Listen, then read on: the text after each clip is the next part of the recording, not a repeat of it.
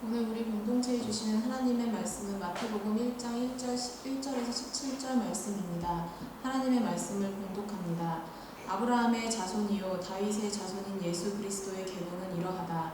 아브라함은 이삭을 낳고 이삭은 야곱을 낳고 야곱은 유다와 그의 형제들을 낳고 유다는 다말에게서 베레스와 세라를 낳고 베레스는 헤스론을 낳고 헤스론은 람을 낳고 람은 아미나답을 낳고 아미나답은 나손을 낳고 나손은 살문을 낳고 살문은 라합에게서 보아스를 낳고 보아스는 루색에서 오벳을 낳고 오벳은 이새를 낳고 이새는 다윗 왕을 낳았다.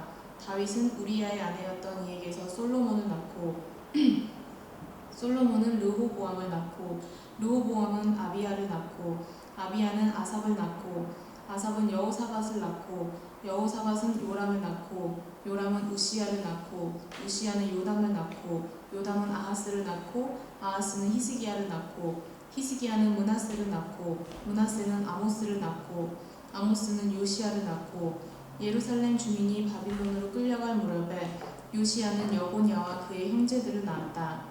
예루살렘 주민이 바빌론으로 끌려간 뒤에 여고냐는 스알디엘을 낳고 스알디엘은 스룹바벨을 낳고 스룹바벨은 아비훗을 낳고 아비훗은 엘리야김을 낳고 엘리야김은 아소르를 낳고 아소르는 사독을 낳고 사독은 아킴을 낳고 아킴은 엘리훗을 낳고 엘리훗은 엘리야사를 낳고 엘리야사는 mat단을 낳고 mat단은 야곱을 낳고 야곱은 마리아의 남편 요셉을 낳았다. 마리아에게서 그리스도라고 하는 예수가 태어나셨다. 그러므로 그 모든 대수는 아브라함으로부터 다윗까지 14대요 다윗으로부터 바빌론에 끌려갈 때까지 14대요 바빌론으로 끌려간 때로부터 그리스도까지 14대이다. 주님의 말씀은 내 발의 등불이요 내 길의 빛입니다. 오늘 저희가 마태복음 1장의 첫 번째 부분을 읽었는데요. 이 성경을 처음 접하는 분들이 성경을 한번 읽어보자 해가지고 성경을 읽어 나가시다가 내가 성경을 더 읽어야 하나, 여기서 멈춰야 되는 것 아닌가 라는 그러한 고민을 들게 만드는 그러한 구간들이 성경에 곳곳에 있습니다. 구약 성경에도 참 우리가 이해하기 어려운 그러한 부분들이 존재하고요. 특별히 이 신약의 복음서를 읽다 보면 오늘 읽은 본문이 가장 처음으로 등장합니다. 큰맘 먹고 예수님이 누구인지 알고 싶어가지고 복음서를 딱 펴서 이제 마태복음 1장을 읽기 시작했는데 가장 먼저 등장하는 것이 누가 누구를 낳고 누가 누구를 낳고 누가 누구의 조상이고 이런 내용이 1절부터 무려 17절까지 이어진다라는 거죠. 본문에 나오는 이름들이 누구인지도 잘 모르겠는데 족보 이야기가 계속 이어지니까 괜히 읽기 시작했나 하는 그런 생각이 들기도 하는 부분이 오늘 우리가 읽은 이 본문인 것 같습니다.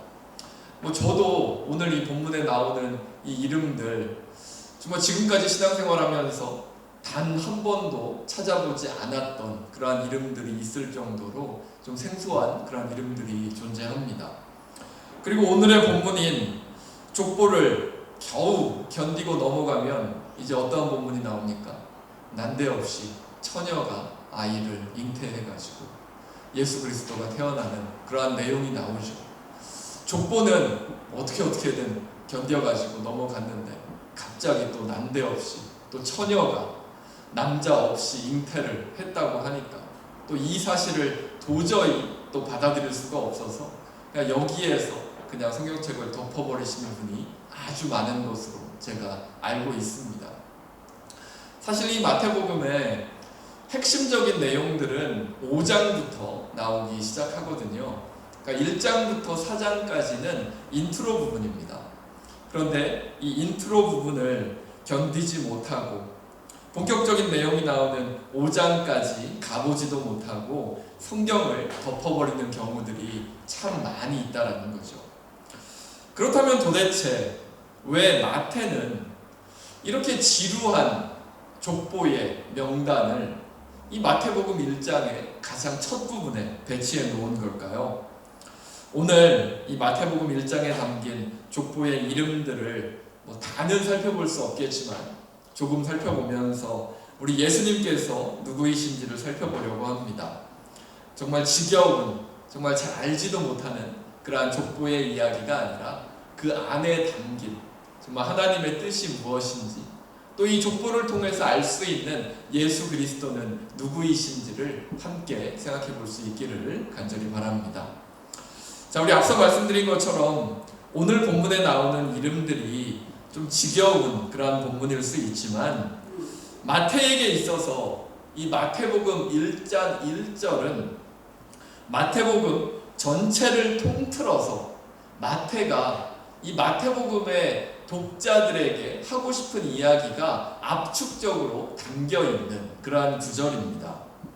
1절 한번 볼까요? 아브라함의 자손이요 다윗의 자손인 예수 그리스도의 계보는 이러하다.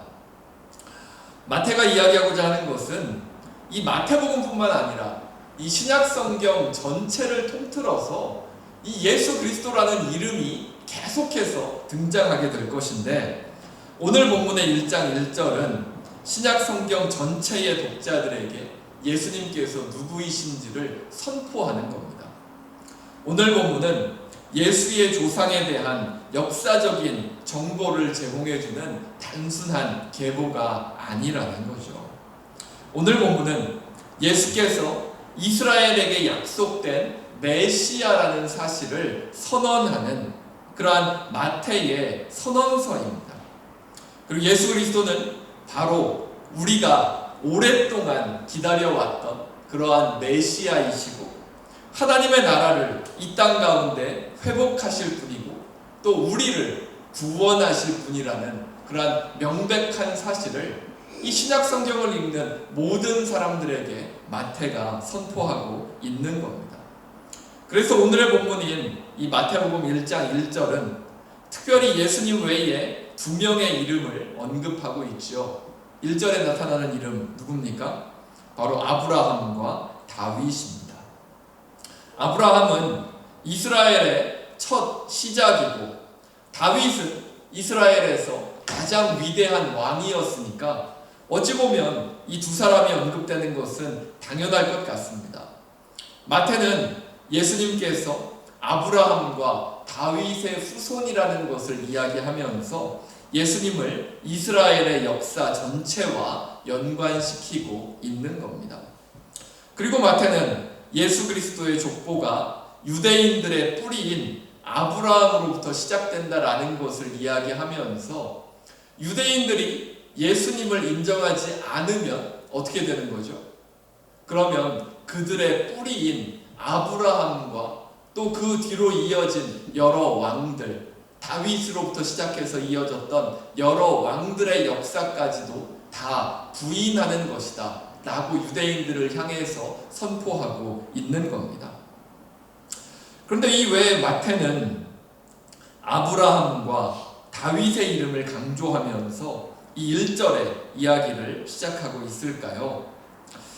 마태가 이 마태복음을 쓰기 시작했을 당시의 상황을 살펴보면 대부분의 유대인들은 이 예수라는 사람이 진정으로 약속된 왕이자 또 그리스도라는 사실에 회의를 갖고 있었습니다. 그도 그럴 것이 예수는 겨우 변방이었던 갈릴리 출신의 목수였기 때문이죠. 예수는 대도시 예루살렘 출신도 아니고 시골에서 이름 없이 목수 일을 하면서 살아가던 그러한 사람이었기 때문입니다. 그리고 당시의 유대인들은 로마 제국의 식민 지배 하에서 아주 힘든 그러한 시간들을 살아가고 있었기 때문에 당연히 이들이 기대했던 메시아는 어떠한 메시아였겠습니까? 여러 가지 배경과 경력이 뒷받침되는 것은 물론이고 정치적으로도 연줄이 많고 군사적으로도 강력한 힘을 갖고 있으면서 개인적으로 권위가 있는 그런 왕을 당연히 유대인들은 원했습니다. 그들을 로마 제국으로부터 해방시켜줄 메시아를 유대인들은 원했던 것이죠. 하지만 이런 분위기 속에서 마태는 유대인들을 향해서 예수님께서 이스라엘의 왕이 되실 적법한 그러한 후손이라는 사실을 아브라함과 다윗 그리고 오늘의 계보에 등장하는 여러 왕들의 이름을 들어서 그들에게 선포하고 있는 겁니다. 그리고 마태의 또한 이러한 의도가 이 계보에 담겨 있는 것과 달리 오늘 족보를 보면 또한 우리가 주목해서 살펴봐야 할 몇 가지 흥미있는 그러한 이름들이 있습니다. 아브라함과 이스라엘의 역사에서 유명한 족장들의 이름, 아브라함, 이삭, 야곱, 이런 이름들은 사실은 너무나 당연하게 등장해야 하는 이름들이죠. 그리고 다윗으로 시작된 여러 왕들의 이름, 너무나 당연하게 들어가야 할 것 같습니다. 그런데 우리가 주목해서 살펴봐야 할 이름들은 이러한 족장들과 여러 왕들의 이름과 함께 4명의 여성이 등장하고 있다라는 겁니다. 여성을 남성의 소유라고 밖에 생각하지 않았던 그러한 남성 중심의 시대상을 반영하고 있었던 그러한 당시 사회의 모습을 생각해 본다면 무려 아브라함과 다윗의 족보에 여성의 이름이 들어가 있다는 것은 정말로 놀라운 일이 되는 것이죠. 그것도 한 명이 아니라 무려 마지막에 마리아까지 5명이나 여성의 이름이 등장하고 있습니다. 이 족보에 등장하는 여성들을 우리가 한 명씩 간단하게 좀 살펴볼까요? 3절에 다말이라는 여성이 등장하는데요. 다말은 누구였죠? 야곱의 12아들 중에서 유다의 며느리고, 유다의 며느리고 또한 과부였죠. 그러니까 유다의 아들과 결혼해서 아이를 낳지 못했던 그러한 여성이었습니다. 그런데 어떠한 일이 일어났죠? 상속받을 수 있는 자녀가 없이 남편이 죽자 이 다말이 어떠한 행동을 합니까? 자신의 시아버지 유다를 속여서 자신과 동침하게 만들고 대를 이을 수 있는 아들을 낳은 여인이 바로 이 다말이었습니다. 그리고 5절을 보면 라합이라는 여인이 등장하는데요. 라합은 어떠한 여인이었죠? 이스라엘의 지도자들이 가나안 땅을 정탐하기 위해서 여리고 땅으로 올라갔을 때 그 여리고 성에 살던 가나안 여인이었습니다. 가나안 사람이었고 몸을 파는 여성이었습니다. 여호수아가 여리고를 무너뜨리기 전에 이스라엘의 정탐꾼들을 숨겨주었던 그러한 여인이 바로 라합이죠. 그리고 이 라합은 그녀가 하나님을 신실히 믿고 이스라엘 백성들을 도왔기 때문에 하나님께서는 여리고 성이 멸망할 때 그들의 가족을 지켜주시고 그들을 이스라엘 백성들과 함께하게 하시고 또 이 라합이라는 여성을 메시아의 조상 가운데 한 사람으로 삼아주신 그러한 역사가 오늘의 본문 가운데 나타나고 있는 거죠. 그리고 세 번째로는 누가 등장합니까?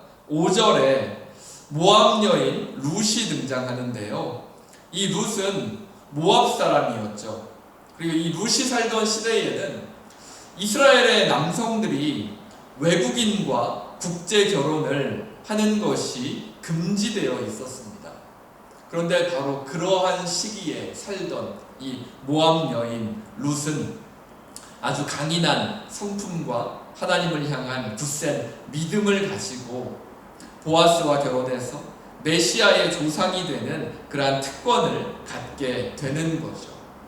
바로 이 룻이 우리가 잘 알고 있는 다윗 왕의 증조 할머니가 되는 그러한 여성이죠. 그리고 마지막에 6절에 언급되는 우리야의 아내 밧세바는 어떻습니까? 이 여인도 이 성경의 역사 가운데 아주 유명한 그러한 여성이죠. 어떠한 일을 저질렀습니까? 바로 다윗 왕과 불륜을 저질렀던 그러한 여성이죠. 다윗 왕과 불륜을 저지르고 그로 인해서 다윗이 그녀의 남편을 살해한 그러한 사건의 중심에 있었던 여성이 바로 우리아의 아내 밧세바입니다. 다윗이 어떠한 일을 저지릅니까? 이 우리아의 아내 밧세바와 불륜을 저지르고 나서 이제 우리아를 만나서 정말 그 얼굴을 볼 면목이 없게 되니까 이 우리아를 전쟁 가운데, 전장 가운데에서 가장 위험한 지역으로 보내서 정말 전투 중에 우리아가 죽게 만들어 버리는 일을 한 것이 바로 다윗 왕의 모습이었죠. 그리고 이러한 참 좋지 않은 이러한 모습을 가진 이러한 사건의 중심에 있었던 여성이 바로 이 우리아의 아내 밧세바였습니다. 그런데 이러한 불미스러운 사건의 중심에 있었던 밧세바는 또한 예수님의 조상인 솔로몬 왕의 어머니가 되는 거죠. 자, 오늘 이 계보들을 보면서 또 여러 가지 이름들을 살펴보고 특별히 그 안에 담겨있는 또 4명의 여성들이 어떠한 여성들이었는지를 함께 살펴보았는데요. 이 여성들의 이러한 배경을 잠깐이지만 함께 살펴보니까 느낌이 어떠십니까? 정말 예수님의 조상들의 계보에 들어갈 만한 그러한 너무나 훌륭한 일들을 했던 그러한 여성들인가요? 그렇지 않죠. 훌륭한 것과는 사실 어울리지 않는 그러한 이들, 내 여인들의 이름이 남자의 이름만 기록하는 것이 그 당시 관습이었던 이 예수 그리스도의 계보에 어떻게 올라갈 수 있었을까요? 더구나 그 가운데 이 3명 라합과 룻과 밧세바는 유대인이 아닌 이방인으로서 당시의 관습으로 생각해 보자면 유대인들이 보기에는 부정한 사람들이었습니다. 그리고 다른 3명 다말과 라합과 밧세바는 당시의 사회적으로도 지금 우리 사회의 기준으로도 용납하기 어려운 그러한 성적인 문제에 연루되었던 사람이었죠. 아마도 제가 이런 사건에 연루되었으면 아마 저희 집안에서는 제 호적을 파버리지 않았을까 할 정도의 그러한 사건들입니다. 그렇죠? 결코 가벼운 그러한 사건들이 아니죠. 그런데 이 4명의 여성들은 너무나 당당하게 이 예수 그리스도의 계보에 그 이름을 올리고 있습니다. 이 여성들의 이름을 예수님의 족보에 넣으신 하나님의 마음은 무엇일까요? 하나님이 무엇을 우리에게 보여주고 계신 겁니까? 이 4명의 여성들의 이름을 통해 하나님께서는 자신의 목적을 성취하시기 위해서 그리고 하나님 자신이 원하시는 그 어떠한 사람도 사용하실 수 있고 또 그렇게 하실 것이다 라는 메시지를 우리에게 주고 계신 겁니다. 그분은 가장 큰 죄를 지은 사람을 용서하시고 더 나아가서 그가 되찾은 신실한 삶을 통해서 변화된 삶을 우리에게 보여주시고자 하는 것이죠. 사람의 기준으로 부족함이 많은 그러한 사람이라고 할지라도 하나님께서 쓰시고자 하신다면 그리고 그가 자신의 부족함과 연약함을 인정하고 하나님 앞에서 변화된 사람이라면 하나님께서는 얼마든지 그를 사용해서 하나님의 일들을 이루어 가실 수 있다라는 것을 오늘의 본문을 통해서 이 계보에 나타난 이 여성들의 이름을 통해서 우리에게 보여주시고 계신 겁니다. 오늘의 본문에 다시 말씀드리지만 하나님께서는 사회의 구성원으로 타당하지 않은 사람들, 즉 윤리적으로 도덕적으로 결함이 있는 사람들을 그리스도의 혈통에 포함시키셨습니다. 하나님은 이러한 사실을 보여주심으로 해서 우리들도 하나님께 돌이키고 우리의 연약함과 부족함을 하나님 안에서 극복하면서 살아갈 수 있다면 우리 역시도 그리스도의 혈통에 포함될 수 있다라는 사실을 우리에게 가르쳐주고 계시는 거죠. 그래서 성경 곳곳을 보면 하나님께서는 하나님의 일들을 위해서 가장 어울리지 않을 것 같은 그러한 도구들을 기꺼이 택하시는 그러한 장면을 볼 수 있습니다. 저희가 지난 몇 달 동안 아주 오랜 시간 동안 출애굽기를 살펴봤지요. 모세가 이스라엘의 아주 훌륭한 지도자로서 이스라엘을 이끄는 그러한 장면을 살펴봤는데요. 그런데 우리의 사람의 기준으로 생각해 보면 모세가 있고 아론이 있는데요. 누가 더 이스라엘의 지도자에 적합한 사람이었을까요? 사실 이스라엘의 지도자에 적합한 사람은 아론이었습니다. 모세보다 말도 훨씬 더 잘하고 리더십이 더 뛰어났던 사람이 아론이었습니다. 하지만 하나님의 기준은 어땠습니까? 말도 잘 하지 못하고 하나님이 이스라엘의 지도자가 되어라 라고 말씀하실 때 계속해서 그 하나님의 말씀을 거역하고 저는 말도 못하고 그러한 일을 감당할 사람도 못 됩니다 라고 하면서 하나님의 말씀을 계속 거역했던 모세를 하나님께서는 계속해서 설득하시고 기적도 보여주시고 모세가 안 된다고 할 때마다 하나님께서 능력을 모세에게 허락해 주시면서 결국에는 모세를 들어 사용하시는 그런 하나님의 모습을 우리가 발견할 수가 있죠. 모세가 아니더라도 정말 성경 곳곳에는 하나님의 일에 전혀 어울리지 않을 것 같은 그러한 사람들을 들어서 사용하시는 그런 하나님의 모습을 우리가 얼마든지 발견할 수 있습니다. 이러한 하나님의 모습에 대한 바울의 그러한 이야기가, 바울의 권면이 고린도전서 1장에 나타나지요. 우리 고린도전서 1장 26절부터 31절까지 같이 한번 읽어볼까요? 자, 우리 한 목소리로 함께 읽어보겠습니다. 형제자매 여러분, 여러분이 부르심을 받을 때에 그 처지가 어떠하였는지 생각하여 보십시오. 육신의 기준으로 보아서 지혜 있는 사람이 많지 않고 권력 있는 사람이 많지 않고 가문이 훌륭한 사람이 많지 않았습니다. 그런데 하나님께서는 지혜 있는 자들을 부끄럽게 하시려고 세상의 어리석은 것들을 택하셨으며 강한 것들을 부끄럽게 하시려고 세상의 약한 것들을 택하셨습니다. 하나님께서는 세상에서 비천한 것들과 멸시받는 것들을 택하셨으니 곧 잘났다고 하는 것들을 없애시려고 아무것도 아닌 것들을 택하셨습니다. 이리하여 아무도 하나님 앞에서는 자랑하지 못하게 하시려는 것입니다. 그러나 여러분은 하나님의 자녀로서 그리스도 예수 안에 있습니다. 그는 우리에게 하나님으로부터 오는 지혜가 되시며 의와 거룩함과 구원이 되셨습니다. 그것은 성경에 기록되어 있는 바 누구든지 자랑하려거든 주님을 자랑하라 한 대로 되게 하시려는 것입니다. 아멘. 약한 것들을 들어 사용하시는 그런 하나님에 대한 그런 언급을 사도 바울이 하고 있는 것이죠. 그리고 이러한 모습은 지금 우리가 살아가는 이 시대에도 하나님의 마음으로 그대로 나타납니다. 지금 우리가 살아가는 이 시대를 이집트와 비교해서 함께 이야기하는 그러한 경우들이 있는데요.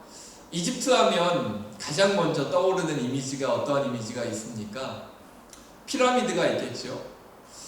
이집트의 피라미드가 아주 유명한데요. 피라미드의 구조는 어떻습니까? 아래쪽이 아주 넓고 크게 되어 있고요. 위로 갈수록 어떻게 되죠? 점점 더 좁아지면서 작은 소수의 그러한 모양만이 제일 꼭대기에 남아있는 그러한 구조를 가지고 있는 것이 피라미드 구조라고 우리가 할 수 있죠. 근데 지금 우리가 살아가는 이 세상도 사실은 어느 정도는 이 피라미드의 구조를 가지고 있습니다. 지금 우리가 살아가는 이 세상도 무한 경쟁의 시대를 우리가 살아가고 있는 거죠. 지금 우리가 살아가는 이 세상에 정말 많은 좋은 것들이 있는데요. 그 좋은 것들을 많은 사람들이 누리나요? 아니면은 더 적은 숫자의 사람들이 누리고 있습니까?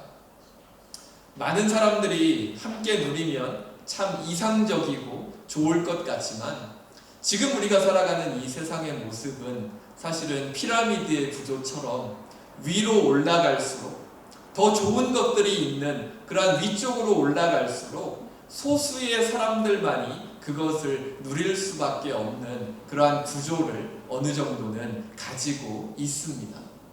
그런데 하나님의 나라는 어떻습니까? 이 피라미드의 구조와는 정반대의 구조를 가지고 있는 것이 바로 하나님의 나라이죠. 그렇기 때문에 하나님께서 이집트 땅에서 이스라엘 백성들을 탈출시키셨다라는 것은 바로 이 세상의 구조를 가지고 있는 이집트의 피라미드 구조로부터 이스라엘 백성들을 탈출시켜서 하나님의 나라로 초대하셨다라는 그러한 의미를 가지고 있다고도 우리가 생각해 볼 수 있는 것입니다. 바로 여기에 하나님의 마음이 담겨져 있는 것이죠. 소수의 사람들이 가장 좋은 것들만을 독점하고 그것을 누리는 그러한 세상이 아니라 정말 하나님을 믿고 따르는 많은 사람들이 좋은 것들을 함께 누릴 수 있는 그러한 하나님의 나라가 이 땅 가운데도 펼쳐지기를 바라는 그러한 마음으로 하나님께서는 가장 연약한 위치에 있는 사람들을 들어 사용하시는 그러한 모습을 우리에게 보여주고 계신 것이죠. 이집트 땅에서 가장 낮은 위치에 있던 사람들이 누구였습니까? 이스라엘 백성들이었죠. 힘이 세고 강건한 민족이었지만 노예라는 신분을 결코 극복할 수 없는 이집트 사회에서 가장 낮은 위치를 차지하고 있었던 그 이스라엘 백성들을 하나님께서 사용하시고 그들을 구원하시면서 이 세상의 구조를 어느 정도 가지고 있는 그 이집트로부터 이스라엘 백성들을 탈출시키시고 그 이스라엘 백성들에게 하나님의 나라를 가르쳐 주시는 사건이 바로 이집트에서 이스라엘 백성들이 해방된 그러한 사건이라고도 우리가 생각해 볼 수 있는 겁니다. 바로 약한 것들을 들어 가장 좋은 자리로, 가장 강한 자리로, 하나님의 뜻이 있는 자리로 초대하시는 그런 하나님의 모습이 나타난 사건이라고 할 수 있는 것이죠. 자, 오늘 본문에 나타난 예수 그리스도의 계보를 우리가 생각해 보았습니다. 가장 낮은 위치에 있었던 여성들, 또 그 여성들 중에서도 사회적으로, 도덕적으로, 윤리적으로 그렇게 좋은 평가를 받지 못했던 그러한 여성들을 들어서 예수 그리스도의 계보 가운데 그 이름을 올리시는 하나님의 모습을 우리가 함께 바라봤죠. 오늘 이 계보들을 바라보면서, 이 이름들을 바라보면서 하나님 앞에선 나의 모습을 다시 한번 돌아보실 수 있기를 바랍니다. 우리가 이 신앙의 길을 걸어갈 때 정말 우리가 정말 먼지 하나 없이 깨끗해야 하고 정말 우리가 하나님 앞에 뭔가 대단한 것들을 해야지만이 하나님께서 나를 사용하시는 것이 아닙니다. 오히려 하나님께서는 부족하고 연약할지라도 진실되게 자신의 모습을 인정하고 하나님께 나아오는 사람들을 들어 사용하십니다. 하나님 앞에서 자기의 것들을 자랑하고 하나님이 아니라 내가 했습니다. 내가 잘나서 하나님과 함께 이러한 것들을 할 수 있었습니다 라고 고백하는 그러한 사람이 아니라 정말 진실된 마음으로 자기의 연약함을, 자기의 부족함을 하나님 앞에 고백하고 하나님께서 함께 해주셔야지만이 저의 인생이 제대로 설 수 있습니다 라고 고백할 수 있는 그러한 사람을 하나님께서는 이 시간에도 찾으시고 그 사람들을 기쁘게 받아주신다는 겁니다. 지금까지 살아온 우리의 인생을 돌아보면 부족하고 연약한 모습들이 분명히 있었을 겁니다. 하지만 그 부족하고 연약한 모습들은 아직 우리가 온전한 하나님의 나라에 들어가서 살고 있는 것이 아니기 때문에 이 세상 가운데서는 당연히 드러날 수밖에 없는 그러한 모습일 줄로 압니다. 하지만 하나님께서는 우리가 그러한 부족하고 연약한 모습이 있다고 해서 정말 우리를 탓하고 정말 기다렸다가 우리에게 벌을 주시는 그러한 하나님이 아니시죠. 막 숨어 있다가 우리가 죄를 짓기만 하면 바로 나타나셔가지고 우리에게 벌을 내리시는 그러한 하나님이 아니시지 않습니까? 그런 하나님은 우리가 믿는 하나님이 아니죠. 우리가 믿는 하나님은 어떠한 하나님입니까? 부족하고 연약한 모습이 우리 가운데 있다 할지라도 우리가 하나님께 나아가서 진실되게 우리의 모습을 내려놓고 그 모든 것들을 고백하면 우리와 함께 해주시고 우리를 변화시켜 주시는 그런 하나님이 바로 우리가 믿는 하나님이시죠. 연약하고 부족한 모습 속에도 예수 그리스도의 계보에 이름을 올린 이 4명의 여인들처럼 부족할지라도 연약할지라도 하나님과 동행하면서 이 세상을 살아가실 수 있는 우리 모든 성도분들 되실 수 있기를 간절히 바랍니다. 무엇보다 또 연약하고 부족한 모습 속에 가장 진실된 마음을 하나님 앞에 고백하면서 하나님과의 관계를 회복시켜 나가실 수 있는 그러한 은혜가 우리 모두에게 가장 먼저 있기를 간절히 바랍니다. 하나님 앞에 나아가서 내가 가진 것들을 고백하는 그러한 모습이 아니라 정말 나의 부족함과 연약함을 하나님 앞에서 발견하고 정말 부끄럽지만 그것들을 하나님 앞에 내려놓을 수 있는 그러한 모습들이 우리 모두에게 있기를 간절히 바랍니다. 어차피 하나님 앞에 나아가면 그 모든 것들은 드러날 수밖에 없지요. 빛 대신 하나님 앞에서는 그 어떠한 어두움도 드러날 수밖에 없기 때문입니다.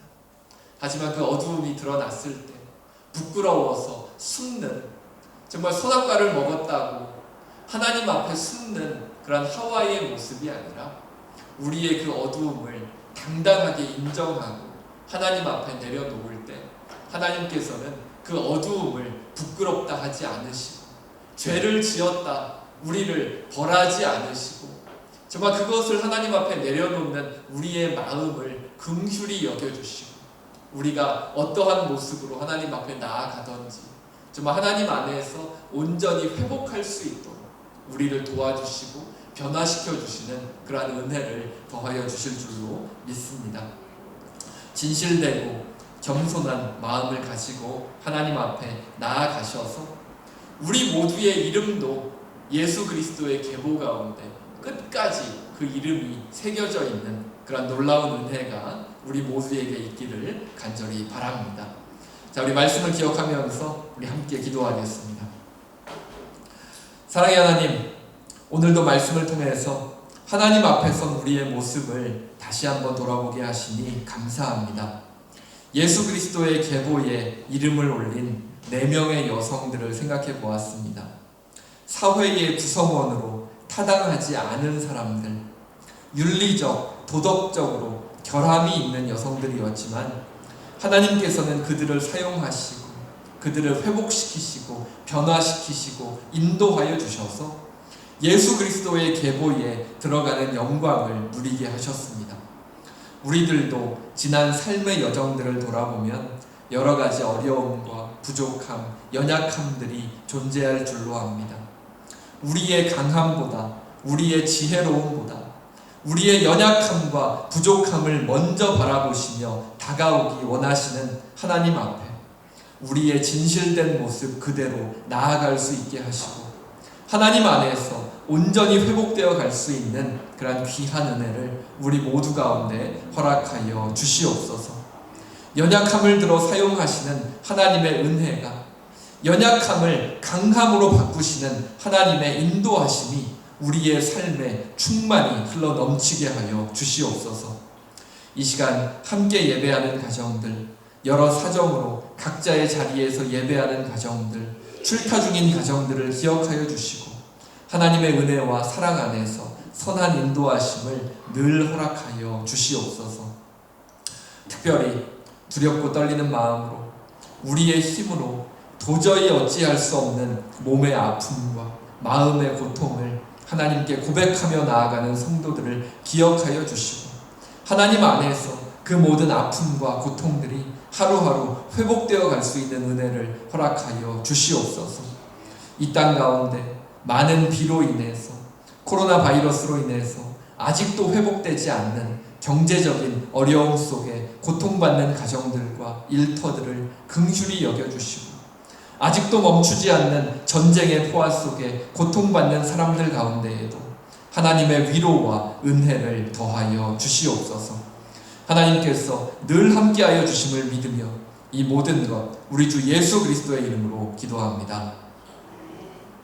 이제는 우리의 연약함을 바라보시는 주 예수 그리스도의 은혜와 늘 변함없는 모습으로 우리를 기다리시는 하나님의 사랑과 우리의 곁에서 우리의 부족함과 함께 하시는 성령님의 인도하심이 연약하고 부족하지만 늘 진실된 모습으로 하나님 앞에 나아가기로 결단하며 교회와 가정 그리고 이 세상으로 다시 나아가는 모든 성도들과 자녀들 그 삶의 자리 가운데 지금으로부터 영원토록 함께 하시기를 간절히 축원하옵나이다. 아멘.